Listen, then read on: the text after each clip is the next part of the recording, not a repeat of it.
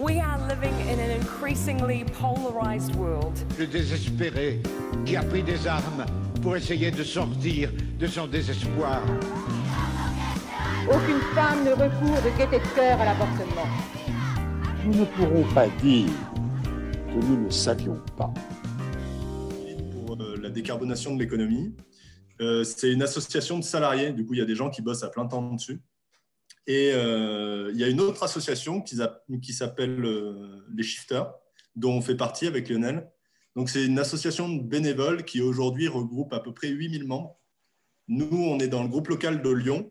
Donc, on milite aussi pour la décarbonation de l'économie. Historiquement, c'était des petites mains où The Shift Project lançait des appels à mission pour les shifters pour qu'ils puissent récolter des informations ou des données chiffrées sur divers sujets. Aujourd'hui, c'est un peu plus vaste que ça parce qu'on est nombreux. Du coup, on a notamment pour mission de vulgariser le problème qu'on va vous expliquer ce soir.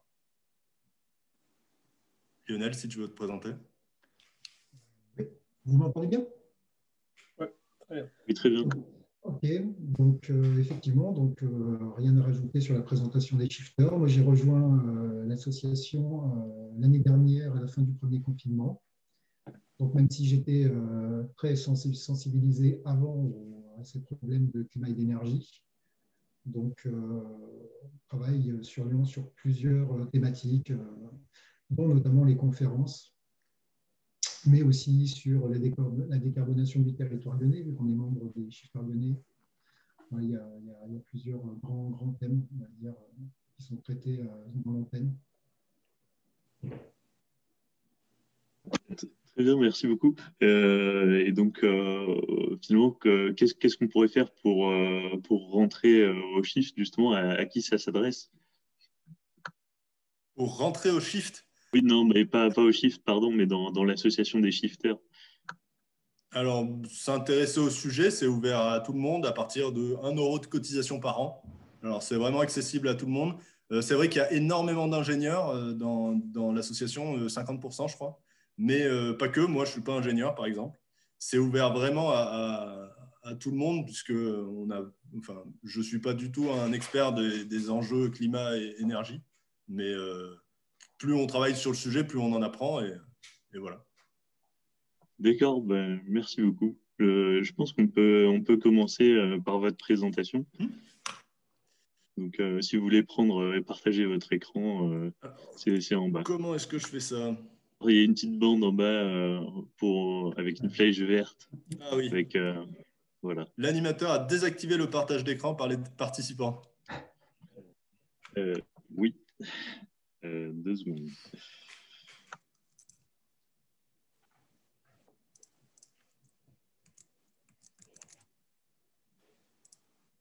Peut-être que vous pouvez juste commencer par présenter la structure de ce que vous allez nous présenter en attendant que je règle le problème. Pas de souci. Alors,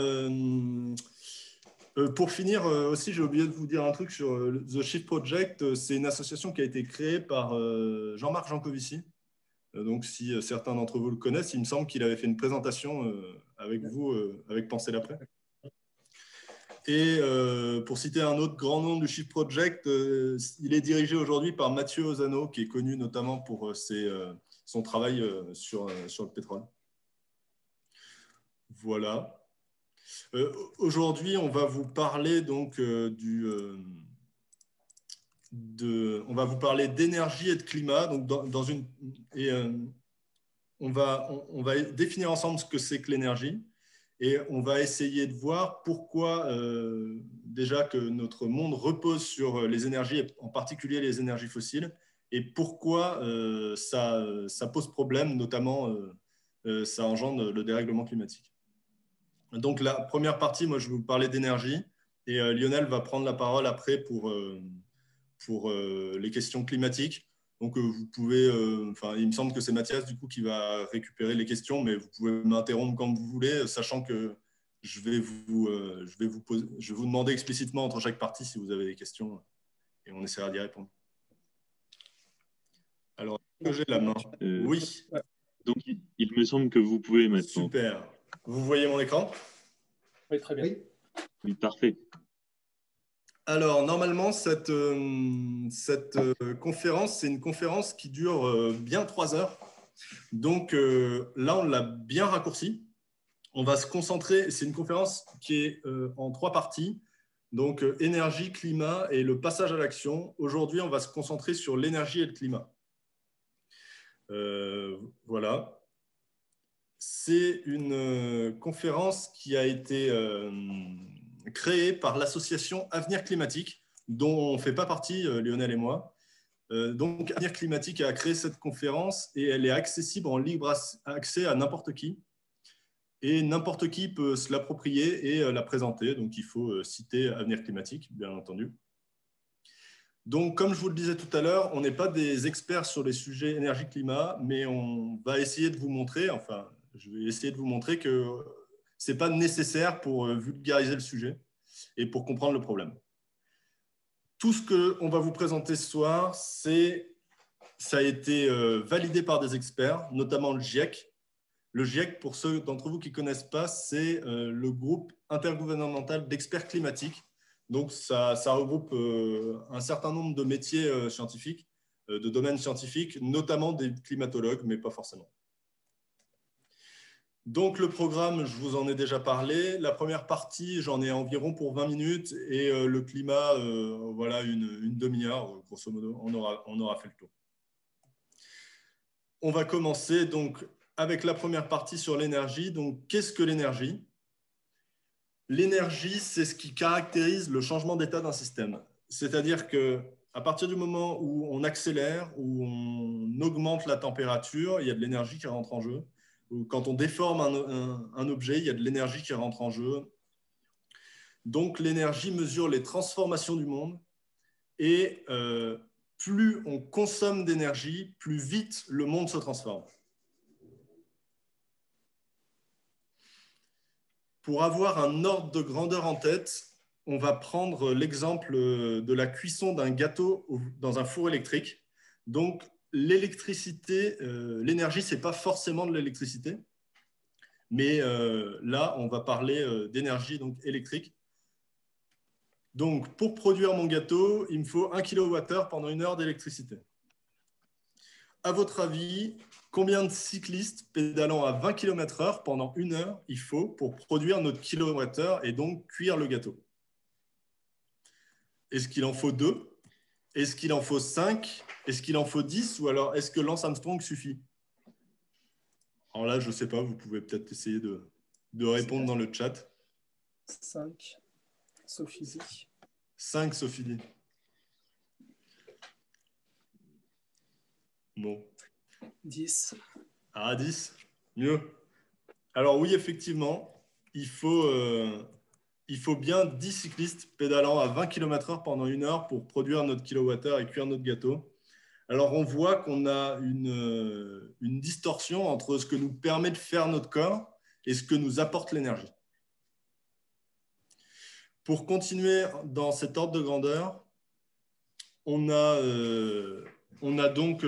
va parler un peu dessous. Nos 10 cyclistes sont payés environ au SMIC, donc ça fait 10 x 10, 100 € environ pour rémunérer ces cyclistes. Notre prise électrique, quand on la branche pendant 1 heure, ça nous coûte environ 10 centimes. Donc, nos sociétés reposent sur un facteur 1000 entre ce que nous coûte le travail humain et l'énergie. Maintenant, on va s'intéresser à quelle énergie, les productions d'énergie qui sont à notre disposition dans le monde, enfin les plus utilisées. Donc, on va commencer par les panneaux solaires.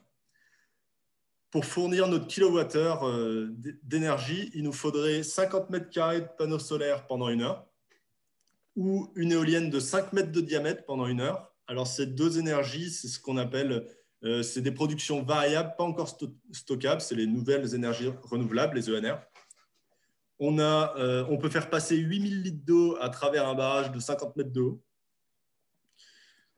Ou alors, on peut produire ce kilowattheure d'énergie dans une centrale thermique en brûlant une bûche de bois, en brûlant 1,5 litre de gaz, du gaz naturel, en brûlant un petit tas de charbon ou une canette de 33 centilitres de pétrole. Ces 3 dernières sources d'énergie, c'est ce qu'on appelle les énergies fossiles. Fossiles parce qu'il y a très longtemps, c'était des organismes vivants qui ont fossilisé. Et aujourd'hui, on l'utilise comme énergie. On peut aussi utiliser une pincée d'uranium. Alors, un arrêt sur image sur ce slide. Ce qu'on pourrait se dire, c'est que voilà, on a plein de bois, on a plein de forêts. Pourquoi est-ce qu'on n'utilise pas plus de bois pour tout simplement produire de l'énergie? Alors, le problème du bois, c'est qu'il faut le temps que les forêts poussent, il faut couper le bois, il faut les sécher, il faut les acheminer, etc., etc. Donc, ça prend un certain temps. De tout ce qu'on voit à l'écran, le plus utilisé, le plus pratique, on va y revenir tout à l'heure, c'est de très loin le pétrole. Le pétrole a la particularité d'être sous forme liquide à température et pression ambiante. C'est notamment pour ça que c'est l'énergie du transport, d'ailleurs. Donc, on va en parler. Comme je vous disais, on va voir notre dépendance aux énergies fossiles. Alors, vous voyez sur ce graphique l'évolution de la consommation mondiale d'énergie primaire dans le monde de 1850 à 2017. Alors, c'est exprimé en milliards de tonnes équivalent pétrole. Alors, qu'est-ce que c'est qu'une tonne équivalent pétrole déjà? On a pris une tonne de pétrole et on a calculé ce que ça nous rapportait en énergie et on a fait une conversion avec toutes les autres formes d'énergie. Ça nous permet de faire un graphique et de parler le même langage.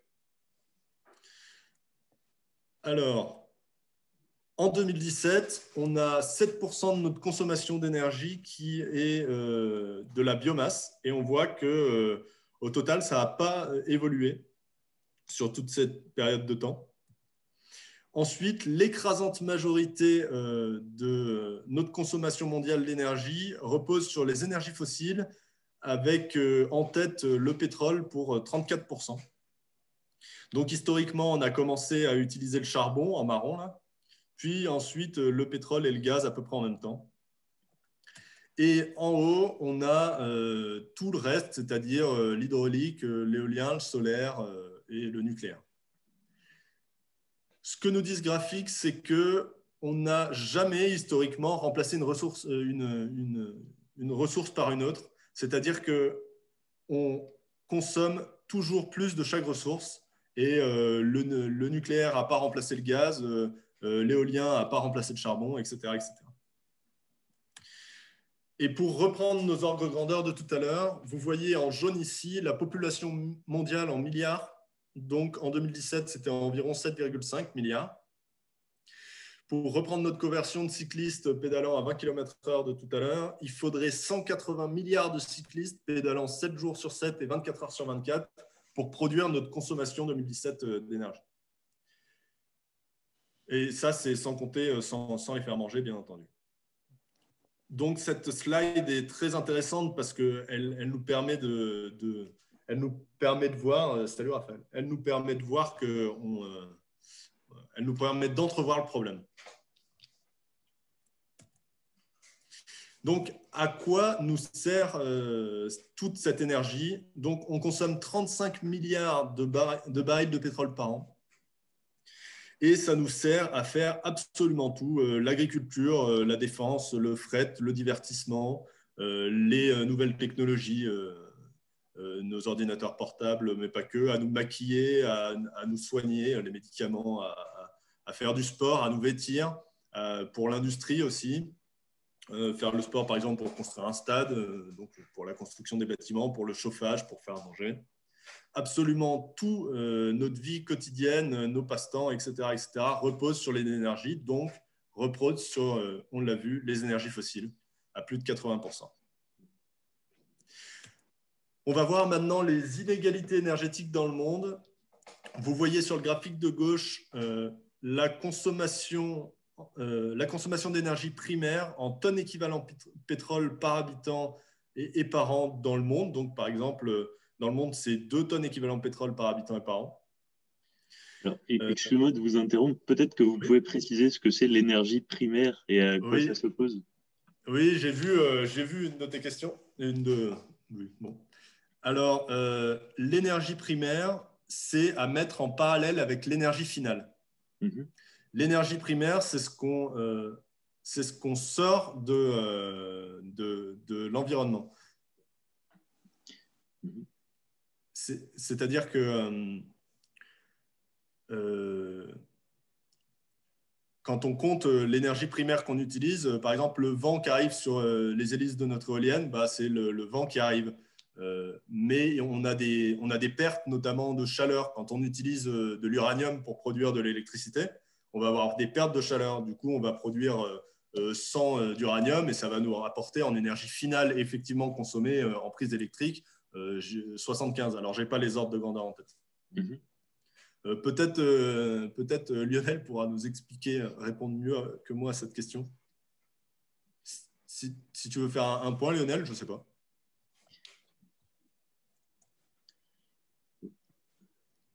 Bon, je vais continuer et puis si je n'ai pas été clair, on reviendra sur cette question. Ça roule. Je vous laisserai venir. OK. Donc, on voit qu'on a des inégalités dans le monde en termes de consommation d'énergie primaire par habitant. Donc, par exemple, il y a un facteur 8 entre un Cambodgien et un Français moyen. Donc, qui dit consommation d'énergie dit confort de vie, comme on l'a vu tout à l'heure, puisque ça nous permet de faire absolument tout ce qu'on fait au quotidien. Donc, de nombreux pays aspirent à consommer plus d'énergie et on a peut-être un équilibre à trouver entre confort de vie, sécurité pour tous et gaspillage énergétique. Donc, pour résumer cette première partie sur l'énergie, l'énergie mesure les transformations du monde et elle nous permet de nous développer, de profiter d'un certain confort. L'énergie la plus utilisée, c'est le pétrole dans le monde et de partout, parce que c'est de loin la plus polyvalente et pratique. Plus de 80% de l'énergie consommée dans le monde, c'est les énergies fossiles. Pour rappel, pétrole, gaz et charbon.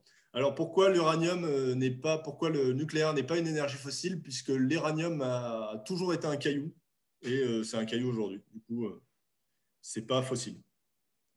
Et dans certains pays, on gaspille de l'énergie, alors que dans nombre d'autres, on aspire à en consommer plus. Voilà, on peut peut-être répondre à des questions maintenant ou passer sur la partie climat. Oui, n'hésitez vraiment pas à poser vos questions en commentaire, on les transmettra en direct. On essaiera. Alors peut-être que moi j'ai une question pour commencer, peut-être, c'est justement vous dites que de nombreux pays aspirent à consommer plus d'énergie, mais justement peut-être comment encadrer cette pratique, comment encadrer l'accès des pays en voie de développement à l'énergie sans qu'ils soient obligés de se tourner justement vers les énergies plus pratiques, donc les énergies fossiles. Et donc est-ce qu'il existe déjà des agences qui s'occupent de contrôler ça et d'encadrer cet accès? Ou est-ce que c'est encore à construire? Moi, je dirais qu'il faudrait déjà s'occuper de nous en priorité. C'est-à-dire que, comme on l'a vu, les pays émergents en fait, consomment moins que nous de l'énergie. Du coup, il faudrait déjà qu'on s'occupe de diminuer notre part d'énergie fossile dans notre mix énergétique. Alors, je vous ai dit que tout à l'heure, l'énergie, ce n'était pas que l'électricité. On a tendance à penser qu'en France, on a une énergie nucléaire. En fait, pas du tout. On a une électricité nucléaire, mais l'électricité, ça représente 20% de notre consommation d'énergie. Et on consomme, bien entendu, autant que tous les autres du pétrole, donc pour plus de 30% de notre consommation. Voilà. Je ne sais pas, Lionel, si tu as des choses à dire sur la question. En fait, ça me paraît difficile entre guillemets, quand on dit encadrer, c'est limité, je pense. C'est un peu ça la question derrière. On ne peut pas non plus limiter, empêcher des pays en voie de développement. Enfin, je sais pas, c'est une question, mais qui n'ont pas forcément atteint, qui ont besoin encore d'énergie pour développer des installations, par exemple, d'accès à l'eau. Ça me semble une question un peu compliquée, justement. C'est ça, on est bien d'accord. Et en plus, j'ai envie de dire, effectivement, comme disait très bien Adrien, il faut déjà qu'on s'occupe de nous parce que, enfin, si vous voulez, vu la quantité d'énergie fossile qu'on consomme, encadrer les autres en leur disant qu'il faut vous limiter, c'est un petit peu malvenu. C'est un peu, pour faire une image facile, c'est si on est dans une même pièce, on a 2 fumeurs, moi je suis à 20 cigarettes par jour, et l'autre il est à 2 cigarettes par jour, il me dit j'aimerais bien monter à 5, bah non, tu ne peux pas monter à 5, sinon on va étouffer dans la fumée. Donc, celui qui fume 20 cigarettes, c'est malvenu. C'est un peu ça l'idée, hein, c'est parce qu'on pollue tous la même atmosphère, donc très clairement, encadrer les autres alors que nous-mêmes, pour l'instant, on n'a pas baissé grand-chose, ça me paraît compliqué et c'est même peut-être pas légitime, en fait. Et puis, c'est vertueux. Il me semble qu'à partir du moment où on a commencé une transition, et puis on le verra tout à l'heure, mais il y a d'autres sujets à prioriser avant la transition de la production d'énergie. Une fois qu'on aura une société stable qui repose sur moins d'énergie fossile, en fait, de fait, nos voisins ils vont faire pareil. Et en fait, de toute façon, la neutralité carbone, c'est quelque chose de systémique. Du coup, ça doit être mondial. On ne peut pas, dans notre coin, être neutre. Ça n'a pas de sens. Il y avait une question, il me semble. Une première question pour savoir si le bois était considéré comme une énergie renouvelable dans les documents de l'UE. Oui. Oui. Okay. La biomasse, c'est renouvelable. Oui. Okay. Et il y avait une deuxième question, et je ne sais pas si j'ai bien tout comprendre. Ne faut-il pas de la future décroissance de la disponibilité de la ressource liée au passage du pic pétrolier? Si Olivier, tu peux peut-être reposer ta question, sauf si Adrien, tu as compris. Je ne suis pas sûr. Oui, je ne sais pas exactement ce que ça sous-entend derrière. Oui, si tu peux détailler un petit peu, Olivier, ce serait parfait. Alors, le pétrole est plus pratique, c'est ça? J'ai l'impression qu'il parle de l'énergie, de la disponibilité de l'énergie. Mais... c'est le terme de disponibilité, en fait, que j'ai du mal à situer, en fait. Non, j'étais en train de lire une question de Cédric, là.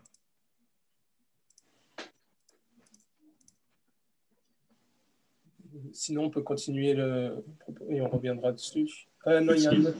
Oui, il y avait une dernière question sur le pétrole. Oui. En quoi le pétrole est plus pratique? Est-ce que c'est lié à l'extraction? Parce qu'une extraction plus simple que d'autres sources d'énergie, par exemple l'uranium ou le gaz, ou parce qu'il semble... oui, parce qu'il y a toute la question du raffinage qui est quand même techniquement sophistiqué. Parce qu'il est liquide. Il est liquide à température et pression ambiante. Oui, il est très dense en énergie. Hein. Il est très dense en énergie, oui. Il est 2 fois plus dense que le charbon, par exemple. Et forcément, il est beaucoup plus dense que le gaz, vu qu'il est liquide, alors que le gaz est gazeux par définition. Donc, c'est ça, en fait, qui fait la force du pétrole, c'est qu'en très peu de masse, il y a une quantité d'énergie absolument faramineuse. Donc, dans la conf, il y a quelque chose qui n'est pas marqué, mais que moi, j'avais écouté dans une conférence d'Étienne Klein pour donner une idée, en fait, de la quantité d'énergie qu'il y a dans le pétrole. Dans 1 kg de pétrole, vous avez 10 fois plus d'énergie que dans 1 kg de TNT. Je ne sais pas si vous vous rendez compte de ce que ça représente. Donc, quand vous faites le plein de la voiture, vous mettez 40 litres, vous pouvez faire avancer un objet de plus d'1 tonne pendant 2 km sans problème. C'est faramineux. Donc, c'est ça, en fait, la grande force du pétrole et qui fait que, quelque part, c'est irremplaçable. C'est hyper dense et il n'y a quasiment aucune contrainte à l'utilisation.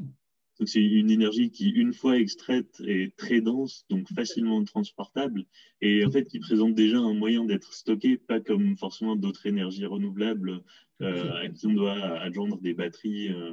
Voilà. On doit un petit peu la raffiner, mais il n'y a pas beaucoup de transformation. La transformation coûte très peu cher par rapport aux gains qu'on en a derrière. D'accord, merci beaucoup. Il me semble qu'il y a une autre question. Pourquoi exactement l'uranium ne serait-il pas une énergie fossile? Il a été produit par l'évolution de la Terre depuis son origine sur des milliards d'années, comme le pétrole et le charbon. Parce qu'il n'a jamais été vivant. Oui, c'est un métal en fait. L'uranium est un métal. C'est pas tout ce qui est pétrole, gaz, charbon, c'est de la décomposition, Adrien l'a dit, d'éléments vivants. Donc pour le charbon, je crois que c'est essentiellement de la décomposition de fougères, alors que pour le pétrole ou du gaz, on est sur de la décomposition de sédiments marins. Donc c'est vraiment pas du tout la même chose.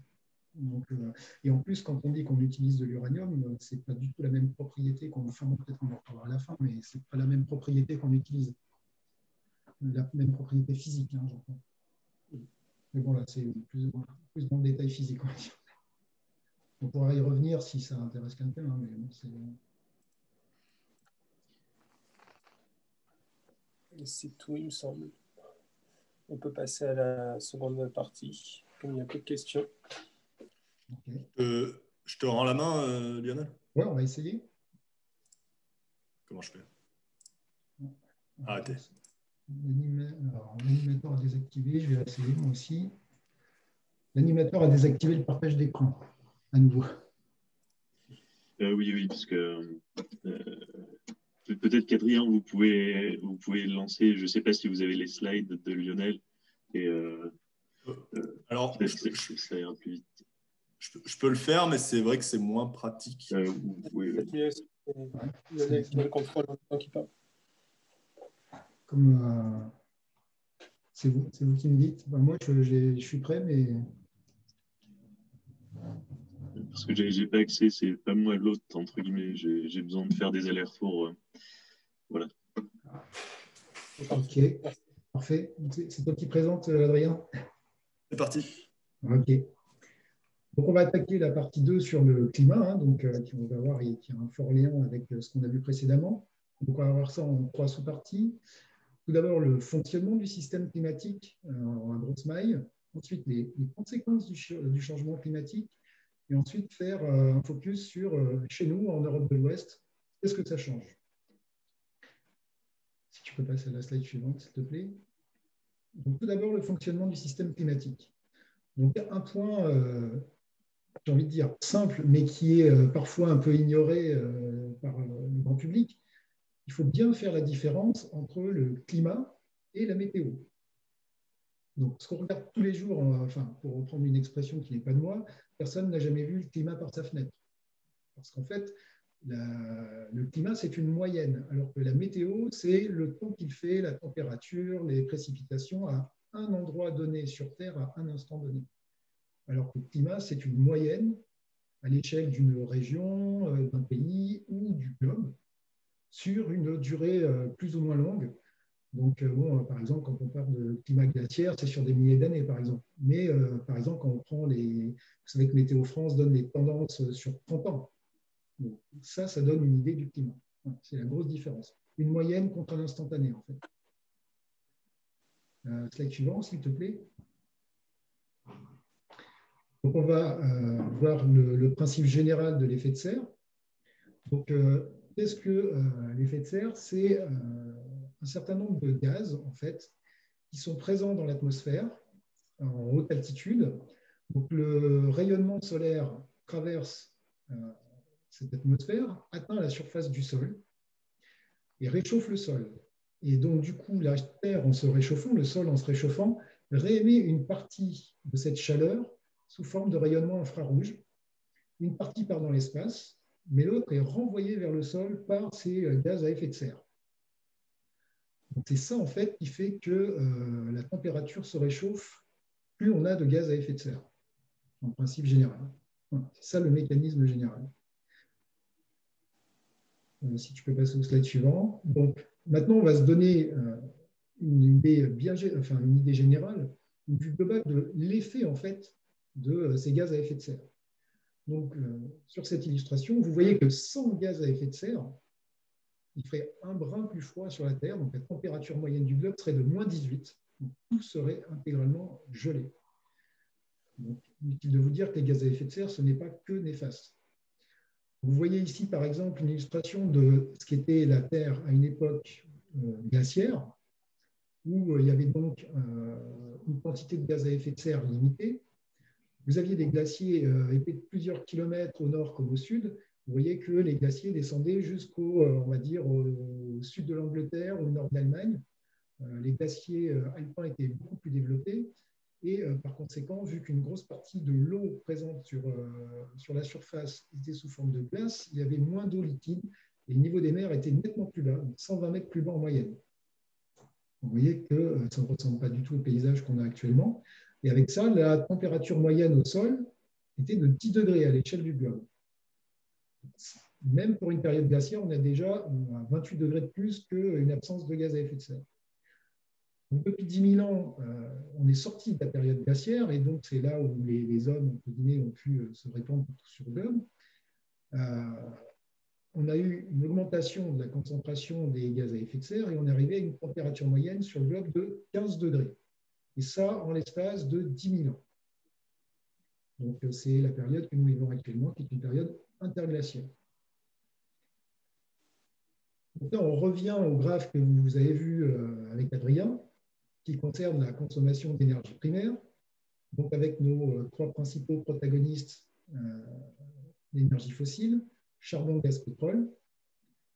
Bon, là, ça commence en 1870, mais enfin, en gros, c'est à peu près pareil. Donc, vous voyez l'augmentation très nette et vous voyez en parallèle, à droite, les émissions de CO2 qui suivent exactement la même tendance et pour cause, puisque brûler chacun de ces types d'énergie primaire génère du CO2. Donc, vous voyez à droite qu'il y a en plus une couche supplémentaire qui est en fait l'usage du sol, puisque la déforestation, en fait, essentiellement d'ailleurs pour des besoins agricoles, c'est pour le développement de l'agriculture, fait que nous perdons ce qu'on appelle les puits de carbone, donc les forêts absorbent le CO2. En fait, le fait de déforester et de développer l'agriculture augmente les émissions de CO2. Et vous avez une toute petite couche pour le reste. Mais donc, vous voyez bien que la consommation d'énergie fossile est tout à fait directement liée aux émissions de CO2. Plutôt l'inverse, ce sont les émissions de CO2 qui sont directement liées à l'utilisation de l'énergie fossile. Slide suivant, s'il te plaît. Donc là, nous allons voir les différents scénarios du GIEC, dont Adrien vous a parlé en préambule, le groupement international des effets sur le climat. Donc en fait, ces gens-là ont modélisé différents scénarios, puisque nous ne savons pas encore ce que nous allons faire finalement, puisque ça dépend beaucoup d'action des hommes. Vous avez 4 scénarios principaux, vous voyez à droite. Donc, l'augmentation de la concentration, alors en gaz à effet de serre, en CO2, mais en gaz à effet de serre de manière générale, mais souvent on ramène tous les gaz à effet de serre au CO2, vu que c'est celui qui est mis en plus grande quantité, se traduit par une augmentation de la température moyenne globale au Soleil. Donc, sur ces 4 trajectoires, vous voyez que la plus basse, en fait, correspondrait à un scénario où on baisse très fortement les émissions dès aujourd'hui. Et donc, alors, là, l'évaluation dit qu'on pourrait avoir une augmentation entre plus 0,3 et plus 1,7 degrés, même avec ce scénario. Vous avez un scénario à émissions constantes, comme ISO avec aujourd'hui, on va dire. Donc, on ne les augmente pas, mais on ne les réduit pas non plus. Donc là, on serait entre 1,1 et 2,6 degrés d'augmentation. Et on continue comme on est parti, c'est-à-dire on continue à augmenter un peu plus chaque année les émissions. Donc là, c'est très, très variable. On va dire, en valeur plancher, 4 degrés de plus, voire jusqu'à 12 degrés. Ah, on m'entend pas bien, c'est ça? Oui. Est-il possible d'améliorer ton son ou de rapprocher peut-être? Je vais essayer de monter le son, en fait. Vous allez me dire ce que ça donne.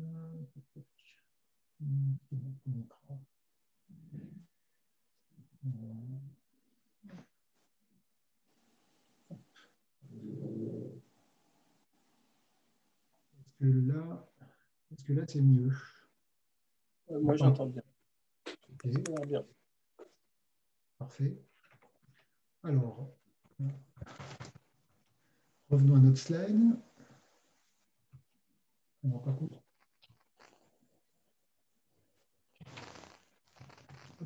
moi, perdu Zoom. Où est-il passé? Du coup. Ok, ça y est, c'est bon. Voilà. Alors, revenons. Donc, vous voyez, on en est au scénario. Vous voyez à gauche, tout en bas à gauche, on va dire, les deux scénarios, le moins émissif et le plus émissif. Vous voyez que même dans un scénario qui est faiblement émissif, on va avoir une augmentation des températures un peu partout sur le globe, essentiellement sur les continents, puisque les océans jouent un rôle de modérateur, et énormément sur les latitudes élevées, donc Arctique et Antarctique. Mais ça reste, entre guillemets, un scénario gérable. Par contre, si on part sur le scénario où on ne freine pas, on continue de chercher à, on va dire, à croître toujours plus, vous voyez que là, les augmentations vont être vraiment très fortes et sur l'ensemble de tous les continents. Vous voyez que, grosso modo, on va dire que personne ne va être épargné. Voilà. Donc, il y a quand même un delta très, très, très important pour les deux scénarios. Si tu peux passer au slide suivant, s'il te plaît. Merci. Donc, par rapport donc, à cette augmentation de éventuellement 5 degrés, vous voyez que concrètement, c'est exactement ce qu'on a eu entre les dernières périodes glaciaires et aujourd'hui. C'est la même chose, 5 degrés. Donc, on montrait de 15 degrés en moyenne sur le globe à 20 degrés. La différence, c'est qu'à l'époque, ça s'est fait en 10 000 ans. Là, allez, on va dire, là, c'est marqué 100 ans, on va dire 200 ans, entre 1850 et 2050. Donc, en fait, c'est un rythme qui est quasiment 100 fois plus rapide. Donc, la vraie question est, avec une vitesse 100 fois plus rapide, est-ce qu'on va arriver à s'adapter? Est-ce que la biosphère va arriver à s'adapter, en fait? Merci. Donc, nous allons passer à la deuxième sous-partie, qui sont donc, du coup, les conséquences du changement climatique. Donc, en fait, il y a plusieurs types d'impacts qui sont prévus par les modèles. Donc, vous avez les impacts physiques qui vont être la hausse des températures et des vagues de chaleur sur certaines zones, notamment autour du bassin méditerranéen. Vous allez avoir une perturbation des précipitations. En gros, les modèles prédisent que là où il y a déjà beaucoup de précipitations, il va y en avoir encore plus. Et là où on en manque, il va y en avoir encore moins. Donc, ça aurait plutôt tendance à aggraver dans les deux cas la situation. Vous allez avoir aussi une augmentation de la fréquence et ou de l'amplitude des événements extrêmes, type tempête, inondation, ce genre de choses. Une élévation du niveau des eaux et donc une érosion augmentée du littoral et un retrait du trait de côte dans plusieurs endroits dans le monde. Alors, tout le monde pense aux îles dans le Pacifique, mais il n'y a pas que ça. Il y a plein d'endroits où c'est déjà en cours. On peut penser par exemple à l'Indonésie. En Europe, vous allez avoir la Hollande qui va être concernée de manière assez aggravée. Et en moyenne, vous allez avoir aussi une augmentation de l'acidité des océans, parce qu'en fait, une augmentation de la quantité de CO2 dans l'atmosphère va impliquer qu'une partie de ce CO2 va être absorbée par l'océan. Parce qu'en fait, il y a toujours un équilibre entre la quantité de CO2 dans l'eau et la quantité de CO2 dans l'air.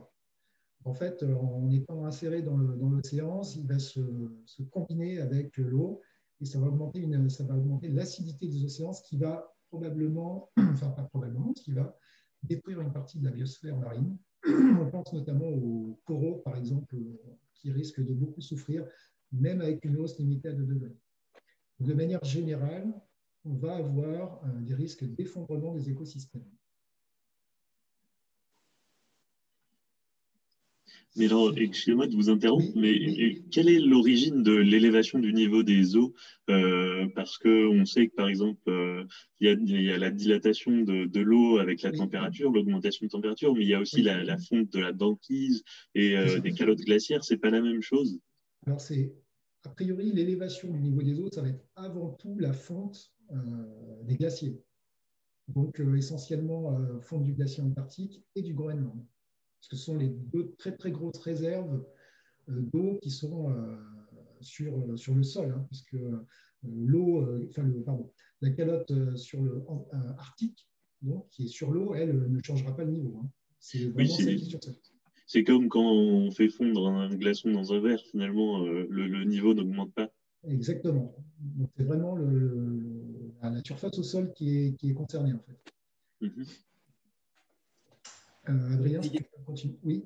Il y a une question, il me semble, c'est les pluies acides sont aussi dues aux composés soufrés et phosphatés. Alors, les pluies acides, ça fait un moment qu'on n'a pas parlé. C'est en partie parce que le phénomène a été réduit. C'était lié essentiellement, dans mon souvenir, aux émissions de soufre par l'industrie en Europe. Donc, je sais qu'il y a eu des efforts faits, notamment pour capter le soufre en sortie des usines. Alors, des cheminées. Oui, des cheminées, tout à fait. Phosphate, je ne sais pas, par contre. Là, je ne pourrais pas dire. Mais soufré, c'est certain. Donc, évidemment, ces impacts physiques vont avoir des conséquences sur nos sociétés. Donc, il va y avoir des pénuries d'eau par endroits. Comme je vous ai dit, je pense que là où il y a peu d'eau, il risque d'y en avoir encore moins. Donc, ça va être vraiment aggravé. Vous allez avoir une augmentation des sinistres, liée notamment à l'augmentation des fréquences des événements extrêmes. Une baisse des rendements de pêche parce que l'augmentation de l'acidité des océans va faire que, notamment, je pense qu'une partie du plancton va mourir, ce qui donc va baisser la nourriture des poissons. Donc, on peut s'attendre quand même à un bouleversement assez important à ce niveau-là. L'excès d'eau ou, à l'inverse, la baisse de quantité d'eau va fortement impacter les rendements agricoles. Et donc, par conséquent, vous pouvez vous attendre à des migrations assez conséquentes des populations dans les zones où, justement, la vie devient difficile à supporter pour les raisons de vagues de chaleur, sécheresse ou, à l'inverse, plus diluviennes. Donc, effectivement, il y a un fort risque d'instabilité politique et financière à peu près partout, en fait.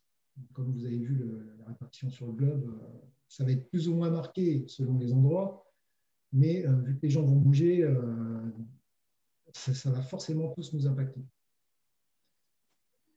Voilà. Donc, ce qu'on en déduit, c'est que les enjeux sont complexes, systémiques, et que tout est lié, en fait. Il n'y a pas un facteur, on a un facteur d'origine, c'est l'émission des énergies fossiles. Les conséquences, elles, sont multiples et sont toutes interconnectées, en fait. Adrien ? Oui. Il y a une question. Pouvez-vous expliquer le phénomène par rapport à la fonte d'un glaçon qui ne change pas le niveau de l'eau?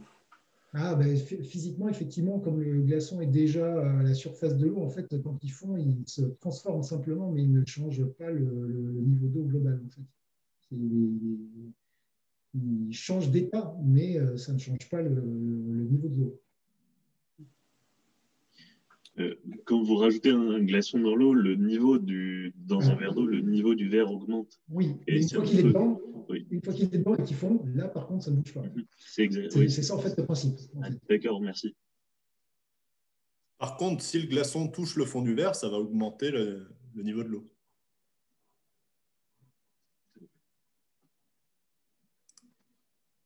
S'il te plaît. Donc, on va voir la répartition, en fait, des conséquences, en fait, de ce réchauffement à venir. On va voir qu'il y a quand même une profonde injustice liée à ces effets de changement climatique.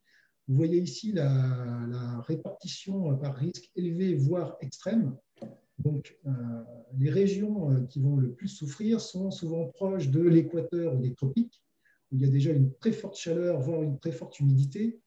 Donc, dans les régions les plus vulnérables, vous allez trouver l'Afrique centrale, l'Inde, le sud de la Chine, l'Asie du Sud-Est, l'Indonésie, le Brésil, le Mexique et le tour du bassin méditerranéen. Donc, il y a quand même une chose à noter, c'est que parmi les pays les plus peuplés dans le monde, j'ai envie de dire, ils sont tous concernés. Chine, Inde, c'est déjà un tiers de la population mondiale, ils sont en plein dedans. L'Indonésie, je crois que c'est la 3e ou 4e population mondiale. Même chose. Vous avez le Nigeria aussi qui est en très très forte expansion démographique. Tous ces pays sont concernés au premier chef par le réchauffement climatique et vont être touchés très probablement très fortement. Donc c'est pour ça qu'on peut s'attendre quand même à de fortes instabilités à venir. Voilà. Et en plus, effectivement, en moyenne, ce sont les pays les plus pauvres qui sont les plus exposés et qui auront finalement le moins de moyens pour se défendre, puisque c'est eux qui ont le moins accès aux énergies fossiles et donc qui ont le moins de moyens pour réparer les catastrophes, en fait, et mettre en place des infrastructures pour arriver à soutenir ce genre de problème. Donc, la conséquence, effectivement, ça, c'est que le changement climatique risque de renforcer les inégalités. Donc, on va finir sur un focus sur qu'est-ce qui va se passer pour nous en Europe de l'Ouest, égoïstement. Donc, voilà un peu ce qu'on avait vu tout à l'heure quand on avait la vue du globe avec les conséquences de l'effet de serre. Voilà comment était l'Europe de l'Ouest à la dernière époque glaciaire. Donc, vous voyez que les glaciers descendaient très, très bas au sud. Donc, notamment, l'Écosse était recouverte, toute la Scandinavie, le nord de l'Allemagne. Et vous voyez que l'ensemble des paysages, c'était essentiellement de la steppe. C'est ce que vous trouvez aujourd'hui en Sibérie. Donc, inutile de vous dire qu'il y avait peu de gens qui arrivaient à survivre dans ce genre d'environnement. Donc, ça, c'était il y a 20 000 ans. Quand on passe à aujourd'hui, l'écart, c'est donc de 5 degrés. Et vous voyez bien que le paysage a radicalement changé. Le sud de l'Europe est plutôt chaud. Et nous, sur, on va dire, en gros, l'ensemble de l'Europe de l'Ouest, on a un climat très favorable, avec des forêts et des températures qui permettent surtout de faire de l'agriculture en grande quantité. Donc ça, c'est 5 degrés d'écart. Et donc, les scénarios d'augmentation, c'est 5 degrés de plus en 100 ans. Vous vous doutez bien que si on en arrive là, le climat, enfin, les paysages vont très, très, très fortement changer. Et donc, on peut se poser la question de dans quel état ça va se terminer. Donc, la conclusion de ça, finalement, j'ai envie de dire, c'est qu'il y a deux choses. C'est qu'il faut absolument qu'on arrive à atténuer cette augmentation de la température moyenne pour éviter d'arriver au fameux 5 degrés. Donc, tous les accords de Paris avec l'objectif de limiter à 2 degrés, voire 1,5 degré pour limiter les effets. Mais quoi qu'il arrive, il va falloir s'adapter puisque une grosse partie des émissions a déjà été faite.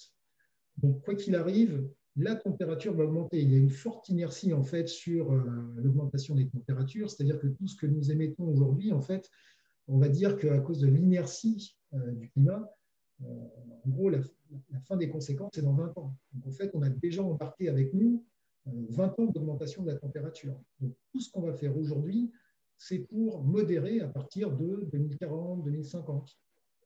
On travaille pour le futur. Donc, en résumé, pour le climat, donc, le changement climatique, ce n'est effectivement pas que le problème des ours polaires, même si on aime bien les images des ours polaires, ou les générations futures, puisque tous les gens, je pense, qui sont là vont être concernés. C'est une situation qui est effectivement sans précédent, avec des impacts multiples qui sont déjà en cours et qui ne vont épargner personne, qui vont avoir lieu sur tous les coins du globe.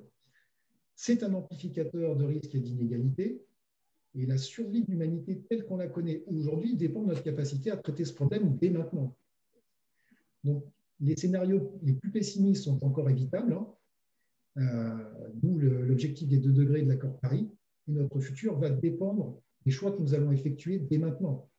Et c'est à nous, en fait, de faire ce choix et d'écrire l'histoire et de relever ce défi sociétal qui est très important. Donc, on prend peut-être quelques questions supplémentaires. Il nous reste 3-4 slides, mais c'est comme vous voulez.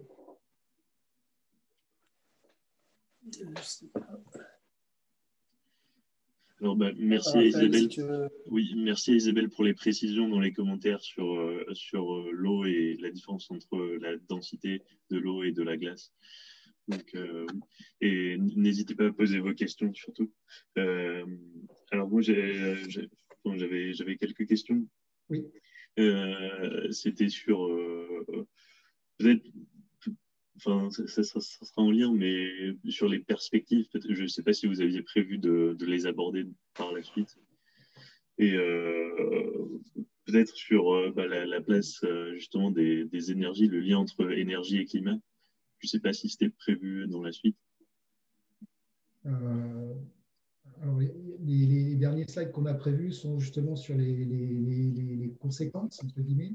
Ah d'accord, je vous laisserai aborder ça après. Mais on a fait très court pour tenir dans le temps en fait, donc ça, oui, je bien sais sûr. pas s'il y aura vraiment. Adrien, on fait comme on avait prévu, je fais les 2 premiers, tu fais les 2 suivants et tu conclus. Oui, très bien, très bien. Après, du coup, juste pour le lien entre énergie et climat, ça c'est un peu ce qu'on a essayé de vous dire, c'est-à-dire que notre monde repose sur les énergies fossiles.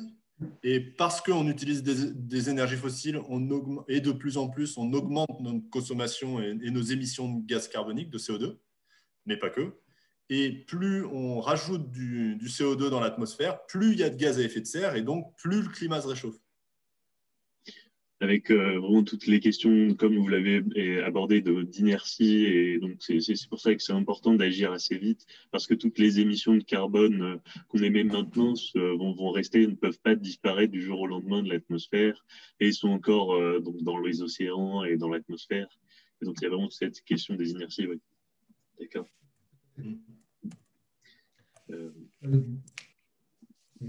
Alors, il y a une question peut-être juste, vous aviez présenté tout à l'heure les différents scénarios donc, possibles donc, de température en fonction de nos actions. Et donc, il y a une question sur de Vincent sur pensez-vous que respecter le scénario RCP à 2,6 degrés est réalisable ou est-ce que ce serait utopique, justement? En tout cas, on va pas dans ce sens, c'est sûr. RCP 2.6, pour moi, si c'est à l'origine, pour moi, c'était celui qui permettait de limiter à 1,5 degré. Ah oui, pardon. Pour beaucoup de gens qui travaillent dans le domaine, c'est trop tard. Enfin, très clairement, les 1,5 degré, on va les avoir, sachant qu'actuellement, en 2020, on est à 1,2 degré par rapport à l'ère pré-industrielle, puisque la référence est 1850, début de l'utilisation du charbon. Par rapport à cette époque-là, on est à 1,2. Sachant qu'avec tout ce qu'on a émis, on a déjà embarqué une hausse jusqu'en 2040. Mais limite, si tu veux passer sur le slide suivant, ça va commencer justement, ça va être lié avec le budget carbone mondial, avec ce qui nous reste. Donc là, c'est 2018, mais bon, ça ne change pas le fond du problème. Vous voyez que ce qu'on a émis, c'est 1940 gigatonnes, donc des milliards de tonnes de CO2 équivalent, puisque tous les gaz à effet de serre, méthane, protoxyde d'azote, carbone. Donc, si on veut limiter à ces fameux 1,5 degré, il nous reste 420 milliards de tonnes à émettre seulement, sachant que, en fait, ce que ne dit pas le graphique, c'est que l'essentiel de ces 1940 tonnes, et qui rejoint en fait ce que le graphe que Adrien vous avait présenté avec la courbe qui monte, elle date en fait des 70 dernières années. L'essentiel, c'est sur les 70 dernières années avec une augmentation constante.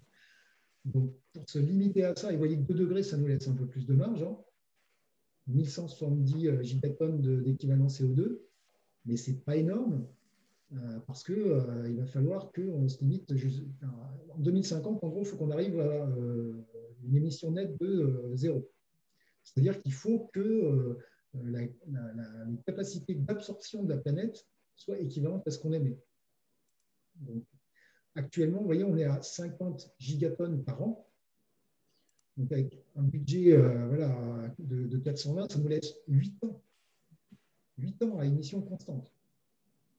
C'est infime. Il faudrait réduire dès demain de manière drastique. C'est pour ça que il y a des tas de gens qui pensent que 1,5 degré, c'est actuellement inaccessible. Enfin, physiquement, c'est possible. Moi, c'est ce que j'ai entendu.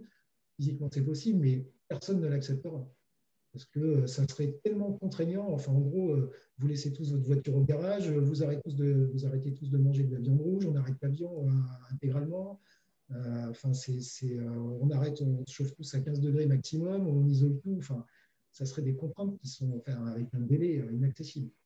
Et quand on entend le discours habituel de l'empreinte carbone d'un Français moyen à 12 tonnes de CO2 équivalent par an, ça serait plutôt pour la trajectoire à 2 degrés. Et enfin, qu'il faudrait réduire à 2 degrés, donc divisé par 6, à 2 tonnes. Donc diviser, c'est donc la trajectoire à 2 degrés ou celle à 1,5? Plutôt 2, oui. Mais pour moi, c'est 2, oui. D'accord. Ça laisse un petit peu plus de temps, vous voyez, 23 ans, mais c'est court quand même. Alors que déjà, c'est des efforts très importants. Tout à fait. A priori, la trajectoire à 2 degrés, ça représente une baisse de 5%, je crois, des émissions par an. Donc, c'est grosso modo, souvent, ce que les gens disent, c'est ce qui est arrivé cette année avec le Covid. Donc, chaque année, il faudrait qu'on refasse le même effort que l'année précédente, comme cette année. Et sauf que là, ça n'a pas du tout été choisi. Donc, c'est vraiment un changement majeur. Et je précise parce que c'est le même effort sans revenir en arrière. C'est-à-dire qu'on a eu un Covid en 2020. il faudrait un Covid en 2021, mais sans retrouver le confort qu'on avait avant Covid. Ouais, c'est très important. Oui, il faudrait repartir pour 10%. Quoi. Ouais. Donc, du coup, si tu peux passer au slide suivant. Donc, ça, c'est pour donner justement une répartition un peu des émissions de CO2 par secteur, donc dans le monde et en France, pour que vous voyez la différence. Donc, vous voyez que dans le monde, c'est l'électricité qui est la plus génératrice de CO2 pour une bonne raison, c'est que ce qui n'est pas souvent connu chez nous, c'est que l'essentiel de l'électricité produite dans le monde est produite à partir de charbon. Et donc, chez nous, le charbon, c'est fini, donc on pense qu'il n'y a plus ça, mais en fait, c'est une très, très grosse part. Alors, charbon et gaz. Hein. Les deux contribuent pour, je crois, à l'échelle mondiale, 60% de la production d'électricité. Donc, c'est énorme. Et nous, effectivement, en France, nous sommes une exception. Avec notre mix qui est très, très nucléarisé, on n'est pas du tout représentatif de ce qui se passe dans le monde. C'est pour ça que sur le graphique de droite, vous voyez que l'énergie chez nous ne représente que 10% d'émissions. Et après, vous allez trouver, selon, effectivement, vous avez 7% pour l'habitat dans le monde. L'industrie, c'est 20%, c'est à peu près pareil dans le monde et en France. Le transport, par contre, est beaucoup plus important chez nous, déjà parce qu'on est un pays riche, hein, donc il y a beaucoup plus de gens qui ont des voitures, on utilise plus l'avion, etc. Dans le monde, c'est déjà nettement moins vrai en moyenne. Hein. Ça rejoint le graphe que vous avez présenté, Adrien, avec les inégalités. Hein. Avec le scooter, on est 6 dessus. Hein. Vous voyez, comprenez bien que ce n'est pas tout à fait pareil. C'est une caricature, mais il y a un peu de ça quand même. Et pour l'agriculture, on va dire que c'est à peu près pareil partout. On est entre 20 et 24% d'émissions de CO2, enfin d'équivalent CO2. Parce qu'il y a notamment l'élevage des bovins, les rizières, je crois, qui sont très, très émettrices de gaz à effet de serre. Je ne suis pas très, très spécialiste de la partie agriculture, mais c'est un secteur qui est important également. Je te laisse la main, Adrien, pour le slide suivant. Oui, ok, merci. Alors, ah oui, la question de la technologie va nous sauver. Il me semble qu'il y avait une question que tu nous avais envoyée, Raphaël, sur ce sujet. Donc, on pense souvent que la technologie va nous sauver et les 2 slides qui suivent là parlent de ça. Donc là, on va se concentrer sur la technologie des énergies renouvelables. Vous voyez sur ce graphique 100% de notre consommation d'énergie en 2019. Donc, avec nos 70% d'énergie fossile, on est toujours en énergie primaire. Et, ah non, c'est la consommation d'énergie finale annuelle française. On a 20% de nucléaire et le reste, c'est les énergies fossiles. C'est les énergies renouvelables. OK. Donc, si on prend cette base de consommation de 100%, et qu'on regarde un peu les scénarios qui sont mis par diverses associations. On a notamment Negawatt qui, avec les projets les plus ambitieux, arrive à un mix énergétique de presque 40% d'énergie fossile par rapport à notre consommation 2019 en 2050. Du coup, ça veut dire que voilà, il faudrait qu'on arrête de consommer pour 60% de ce qu'on consomme. Donc, si on ajoute, par exemple, la part de nucléaire qu'on a, on arrive à 60%.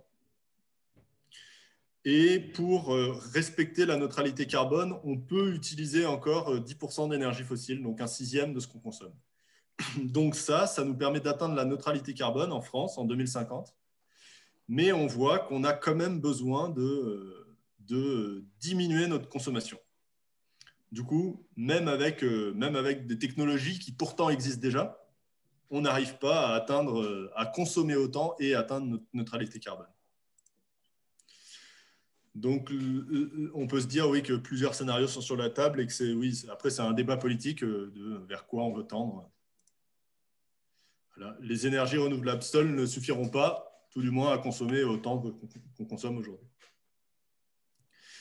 Et pour faire la transition avec la slide d'après, c'est parce qu'on prend peut-être un peu le problème à l'envers et de toute façon, il faut qu'on passe par de la sobriété, c'est-à-dire, comme on l'a déjà dit plusieurs fois, consommer moins.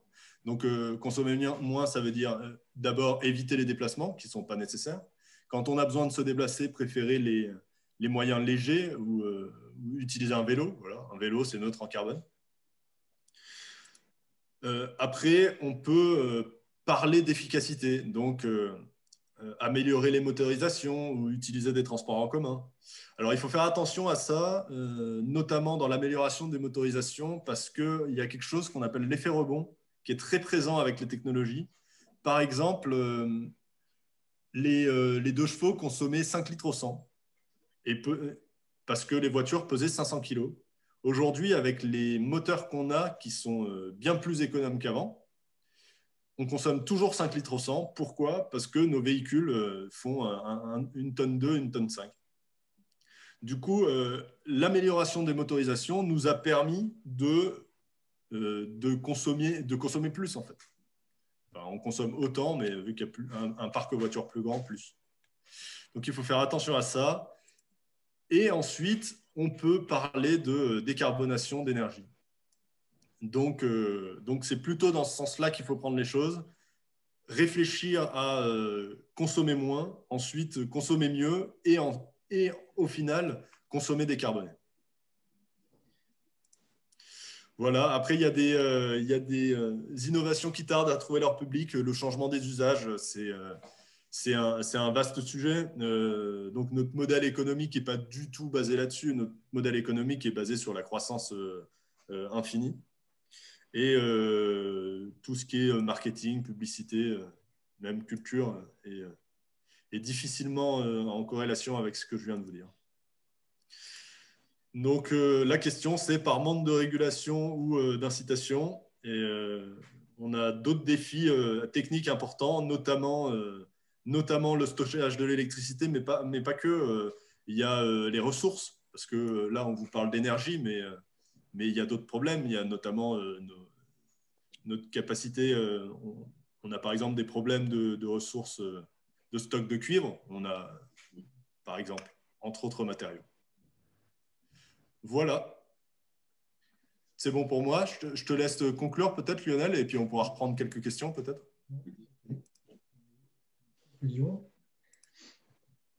Donc oui, on a essentiellement abordé là les problèmes liés aux émissions de CO2, mais ce n'est pas le seul problème, même si c'est probablement un des problèmes, voire le problème majeur. Il va falloir surveiller tout ce qui concerne la santé pour avoir notamment tous une alimentation saine, une agriculture durable, développer les mobilités douces. Il va falloir veiller à avoir des habitats et un confort de vie, on va dire, maintenus, alors que nous allons devoir réduire notre consommation d'énergie. Donc, ça implique de réduire les déchets dès la source, maintenir un confort thermique en isolant, essayer également de réduire les factures énergétiques, parce qu'on a vu qu'il y avait des inégalités à l'échelle du globe, mais c'est vrai même à l'échelle du pays. Donc, il ne faut pas que les plus précaires soient pénalisés par cette baisse de consommation. Un des grands enjeux va être de maintenir la paix, puisque nous avons vu qu'il y a une forte dépendance entre la consommation d'énergie et la pauvreté. Donc, en fait, la déstabilisation qui va arriver risque de bouleverser tout ce qui concerne l'indépendance énergétique des pays et la géopolitique de manière générale. Et en termes d'économie, effectivement, l'idée est bien d'aller vers plus d'emplois.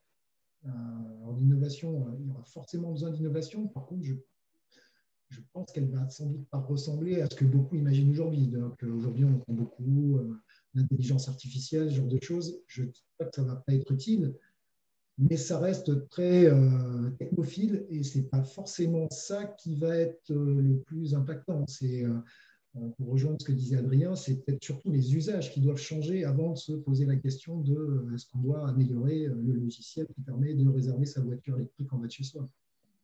Pour citer un exemple un peu caricatural même aussi. Voilà. Un grand merci pour votre présentation et je pense qu'on va pouvoir attaquer les questions. N'hésitez pas à nous dire si, comme on a commencé un peu en retard, si vous devez y aller.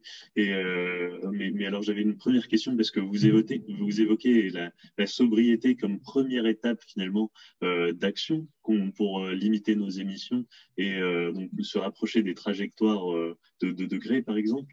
Mais apparemment, c'est pas l'avis de tout le monde, notamment Elon Musk, qui, il y a une semaine, a offert donc une offre un peu mirobolante de 100 millions de dollars pour celui ou celle qui trouvera une méthode de captage de CO2 révolutionnaire et un peu pour nous débarrasser de ce problème qui nous enquiquine depuis des dizaines d'années.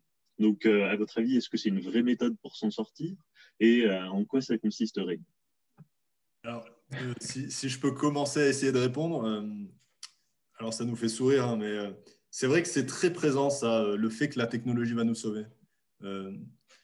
C'est parce que peut-être qu'on a, enfin moi en tout cas, j'ai grandi là-dedans, j'ai grandi avec le progrès technique, technologique et ça m'a toujours émerveillé.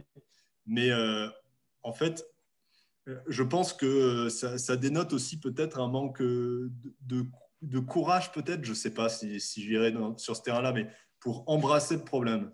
C'est qu'on ne peut pas se prévaloir d'une hypothétique avancée technologique pour commencer à s'occuper du problème. Alors, ça ne veut pas dire qu'il ne faut pas faire des innovations et essayer de chercher des innovations, mais ça veut dire qu'aujourd'hui, on a un problème qui est connu quand même depuis plus de 40 ans, qu'on n'a toujours pas commencé à s'occuper du problème. Et on a les technologies qui existent aujourd'hui. On sait qu'on est obligé de passer par de la sobriété avec les technologies qui existent aujourd'hui pour réussir à au moins respecter les accords de Paris et essayer d'atteindre une neutralité carbone. Alors, si demain, il y a une technologie qui arrive et qui nous sauve, ben, tant mieux. Mais en fait, on ne peut pas se prévaloir de ça pour l'inaction. Enfin, on ne peut pas faire ça, quoi. Il faut commencer à traiter le problème avec les technologies qui existent. Et s'il y en a une qui arrive, eh ben, tant mieux. C'est comme ça que je vois les choses. Et donc, oui, peut-être pour préciser, parce qu'il y avait une question qui vient d'apparaître, on sait que planter des arbres, c'est une méthode de captage de CO2, mais peut-être que vous avez une idée un peu de l'échelle. À quelle échelle est-ce qu'il faudrait planter des arbres pour finalement que ça soit un peu efficace et que ça impacte vraiment notre trajectoire climatique? C'est peut-être une question difficile, mais... Je n'ai pas les chiffres là-dessus. Après, je sais que ça va être marginal. Par rapport à ce qu'on émet aujourd'hui, c'est marginal. Après, si on arrive réellement à réduire fortement nos émissions, ça va aider de toute façon. Enfin, je veux dire, quoi qu'il arrive, tout aide et à prendre. Mais surtout, c'est pas ce qu'on fait, en fait. Excuse-moi, Lionel, je t'écoute. Oui, vas-y. Non, continue. C'est pas ce qu'on fait. On vous en a parlé un petit peu très, très vite fait. Mais on déforeste aujourd'hui. On déforeste.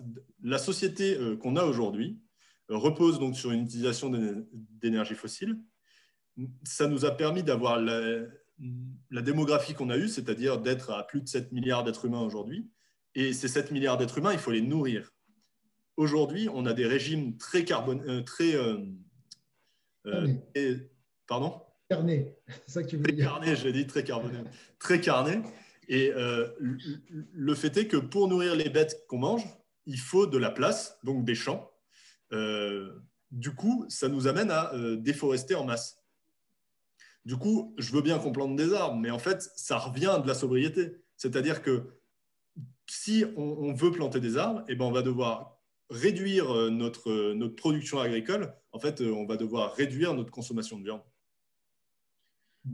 Parce qu'on sait que la déforestation, c'est en majorité, il me semble, corrigez-moi si c'est pas vrai, mais dû aux grandes plantations de soja dont ont besoin les agriculteurs pour l'élevage.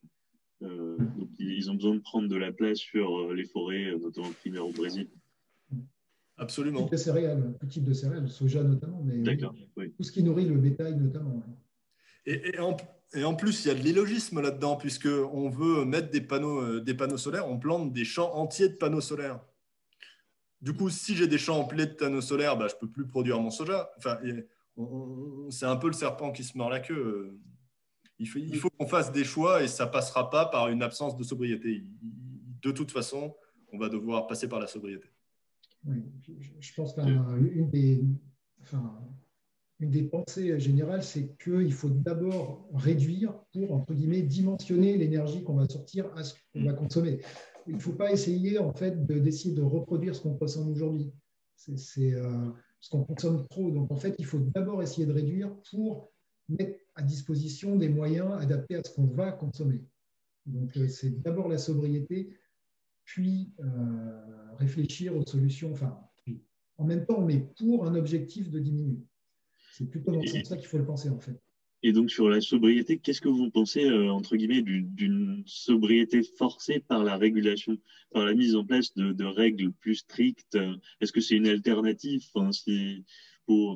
Et à quel point est-ce qu'on peut aller dans la régulation? Pourquoi quels sont les freins qui sont là encore aujourd'hui contre la mise en place de règles plus strictes sur la consommation des voitures, sur le poids des voitures, par exemple? Plus on attend, moins on aura le choix, quoi. Mais je pense que c'est bien que ça vienne des gens. Et moi, c'est un peu pour ça que je fais ça, en fait. C'est pour essayer de faire prendre conscience aux gens de l'ampleur du problème et que ça vienne d'eux.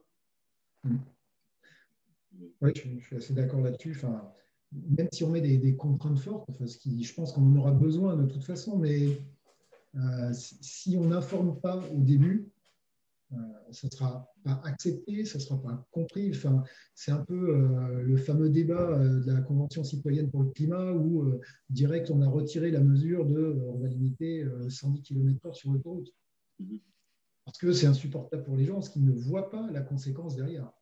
C'est typiquement le genre de choses qui aujourd'hui est mal vécu parce que non comprise. Enfin, je veux dire, tant que ce genre de débat ne sera pas sur la place publique, vraiment, ça passe vraiment par de l'information pour moi, en premier lieu. Et en plus de ça, c'est quand même un peu, on se moque un peu de nous parce que regardez l'exemple du Covid. On a fermé des pans entiers de l'économie. On sait le faire. Alors pourquoi pour un sujet aussi grave que le dérèglement climatique, on n'arrive pas à le faire? C'est quand même étrange. Regardez l'aviation, par exemple. C'est complètement au point mort. Pourquoi est-ce qu'on peut faire ça pour le Covid, mais on ne peut pas faire ça pour le dérèglement climatique? Il y a quand même un sujet, c'est quand même étrange.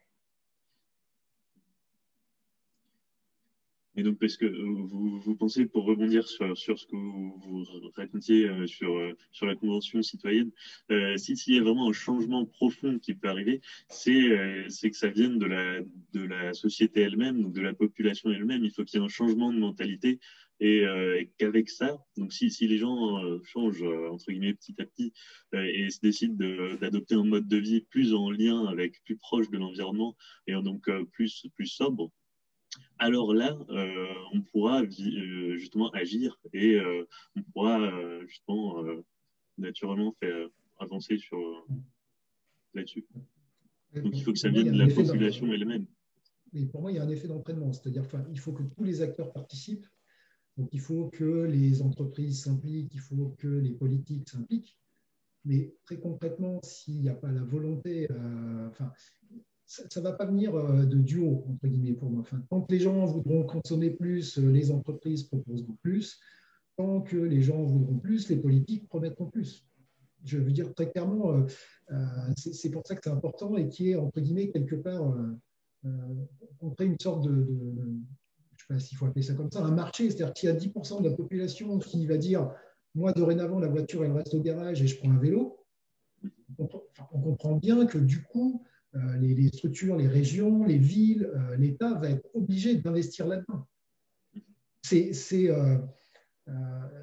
la base, quoi. Enfin, pour moi, il y a un effet d'entraînement important où aujourd'hui, entre guillemets, on peut peut-être paraître un peu marginal, mais à partir du moment où vous atteignez 5-10% de la population, il y a un effet, c'est pas moi qui ai inventé ça, mais je compte beaucoup sur le mimétisme. C'est-à-dire que quand mon voisin le fait, qu'il est aussi heureux que moi, voire peut-être même plus heureux, la première chose, c'est mais pourquoi pas moi? Et je pense que là-dessus, il y a quelque chose qui est très important, c'est ce qu'on appelle l'exemplarité. Donc, ce n'est pas dire je vais être parfait, ce n'est pas du tout le sujet. C'est vraiment dire je peux le faire. Je peux le faire, je le vis bien, voire je vis même mieux que vous. pourquoi vous ne le faites pas? Et il n'y a même pas besoin de le dire, faire la morale ou ce genre de choses, c'est totalement contre-productif d'un point de vue psychologique. Enfin, au niveau de comportement, pour moi, c'est vraiment, il faut initier quelque chose pour que derrière, ça devienne une normalité. Moi, il y a un exemple qui me frappe beaucoup. Je me rappelle, il y a 20 ans, moi j'avais 20 ans, le véganisme, c'était quelque chose de complètement exotique. Mais vraiment, les gens qui étaient véganes, ils étaient obligés de se justifier partout en disant pourquoi je suis végane, etc. Aujourd'hui, quelqu'un qui rentre dans une pièce et qui dit je suis végane, ça a éventuellement cité quelques questions ou rejets, mais ça n'a rien d'exceptionnel. Presque tous les restaurants proposent un plat végétarien. Tout à fait. C'est dans les mœurs, quoi. Il y a une autre question. Où puis-je trouver, Vincent, qui donne des outils pour calculer un bilan carbone et comparer les scénarios donnés par le GIEC? Je n'ai pas entendu, moi. Oui, ça a coupé, en fait, pendant que tu parlais. Ça a coupé?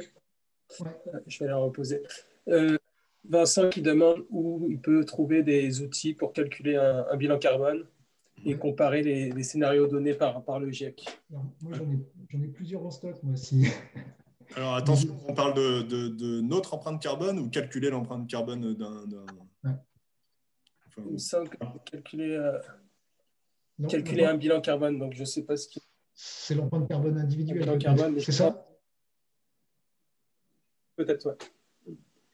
Parce que l'empreinte carbone individuelle… Je vais voir si… Non, mais calculer l'empreinte carbone de ton entreprise, par exemple, moi, je ne saurais pas. Ouais, moi non plus. Par contre, oui, il y a plusieurs sites qui proposent de faire des bilans individuels. Ouais. Je vais avoir quelques liens par là. Je vais pouvoir copier. Il y a l'ADEME, notamment. Oui, il y a l'ADEME. Ouais. Oui. Ouais, pour un individu ou une industrie-entreprise, demandez Vincent. Ouais. À l'échelle collective, c'est entre guillemets une affaire professionnelle pour moi. Je ne pense pas qu'il y ait des sites qui proposent ça. Notamment, une des difficultés, c'est d'arriver à accéder aux informations d'entreprise. C'est-à-dire qu'il va falloir faire le tour de tous les acteurs de l'entreprise et dire qu'est-ce que vous faites pour votre chauffage, combien vous avez de véhicules. Enfin voilà, il va falloir passer au peigne fin. Donc, c'est, à mon avis, à l'échelle d'une entreprise, c'est difficile. Par contre, individuellement, là, il y a des outils. Je vais essayer de retrouver le chat. Parce que, pour mettre le lien dans le chat? Ouais. C'est où? Ici. Après, je sais qu'il y a un gars d'Avenir Climatique, je ne me rappelle plus de son prénom, il m'excusera, qui propose des formations pour calculer des bilans carbone d'organisation. Voilà. Je sais que ça existe, mais on pourra relayer l'information après l'atelier. Ouais. Et il y a une autre question de Sophie. Par rapport au chauffage, le fuel a un fort impact environnemental. Quelle est l'alternative? Tout sauf le fuel. Même de passer au gaz par rapport au fuel, c'est mieux, surtout sur les chaudières récentes. Après, le mieux, c'est d'essayer de passer par des pompes à chaleur, par exemple. Mais est-ce que c'est faisable? Après, il faut voir. Déjà, c'est interdit de remplacer une chaudière au fuel par une chaudière au fuel depuis peu, là. Il me semble. Il y a des liens sur la conversation. Je pense que si tu as une dernière question, Raphaël, je sais pas. Peut-être pour conclure, en général, on aime bien faire ça. Donc, si vous avez peut-être quelques ouvrages, quelques livres à nous conseiller pour peut-être poursuivre, approfondir le thème. Alors, moi, j'ai lu, moi, je ne suis pas un très grand lecteur, mais j'ai lu un petit livre de Jean-Marc Jancovici, pour le coup, qui s'appelle « Le réchauffement climatique expliqué à ma fille ». Ça se lit en 2 heures, et franchement, je lis lentement. Et ça t'explique le problème. Oui, il en a écrit plusieurs, hein, en fait, sur ce sujet. Moi, j'avais lu il y a des années Le plein, s'il vous plaît, aussi. C'est dans le même thème. C'est plutôt pas mal. Après, il y a beaucoup de... Enfin, il y a des livres, hein, évidemment, mais il y a beaucoup de choses sur Internet. Hein. Il ne faut pas hésiter à aller chercher des conférences sur YouTube. Alors, nous, on vous a présenté une partie de la conf Avenir Climatique, Si vous allez sur YouTube et que vous tapez avenir climatique, ils ont ce qu'ils appellent un MOOC. C'est la même chose, mais en plus développé, en 5 parties de 1 quart d'heure, 20 minutes. Vous pourrez revoir les mêmes slides avec bien développé. C'est très bien foutu, c'est facile à comprendre. Vraiment, ça vaut le coup.